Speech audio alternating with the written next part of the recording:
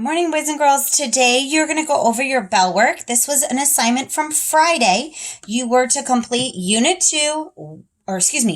1, Week 2, Day 1 on Friday. And so now we're ready to go over it. You should have started off by reading your paragraph at the top all about salt. And so our question that we're at the top starting with is, what is the story mostly about? We call that main idea. That means from the first sentence to the last sentence, what's the whole thing about? So our choices are what salt tastes like, eating healthy, or how we get salt. So when I look up here at the top and I've read all the way through, it does tell me that it makes it taste good. It does tell me about we should be eating healthy, but from the beginning to the end, it's actually telling me how we get salt, where it comes from. Okay, so if you got it wrong, it's okay. Just change it. The next thing we're going to talk about today is is our letter F, capital F in our cursive. Now remember, boys and girls, we've talked about when we write capital letters, or any letter in cursive, we usually don't pick up our pencil until we're finished with the letter. Now, the letter F is a little bit different, so we're going to go ahead and talk about it. We start at the top for our letter F. We're going to come down and make a little hook. Then we do pick up our pencil on this one, and we make a curvy top and a straight line through the middle. Okay? So we're going to try it again. Come down and a curve. Curve it on the top. Straight in the middle.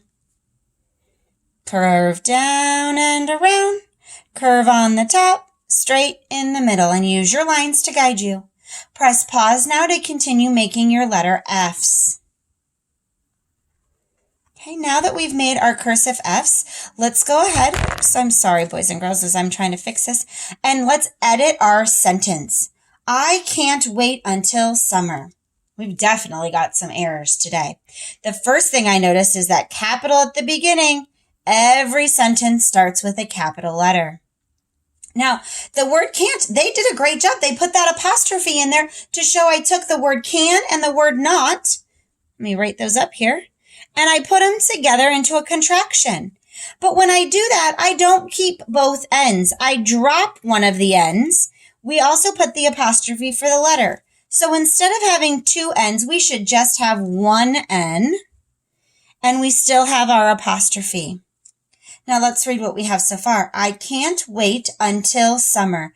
Oh, this word is not correct because this word I can hear two syllables, summer. That means that I should have another M in here in order to separate my syllables properly. Summer. Oh, I bet you see the final mistake. We need to have some sort of punctuation. Now, I don't read this sentence in my head as I can't wait until summer. I read it in my head as I can't wait until summer. So I'm going to put an exclamation point to show I'm saying it with excitement. Now, let's write this properly using our nice handwriting on our line. Capital I goes from top to bottom. Can't. Use your lines. Wait, and hopefully you already did this, adjust as you need to, until summer. And I'm going to put that exclamation at the end. Adjust as you need. All right, so for our next items, if you have a ruler at home, it is perfectly okay to go ahead and do this. If you don't, it's okay.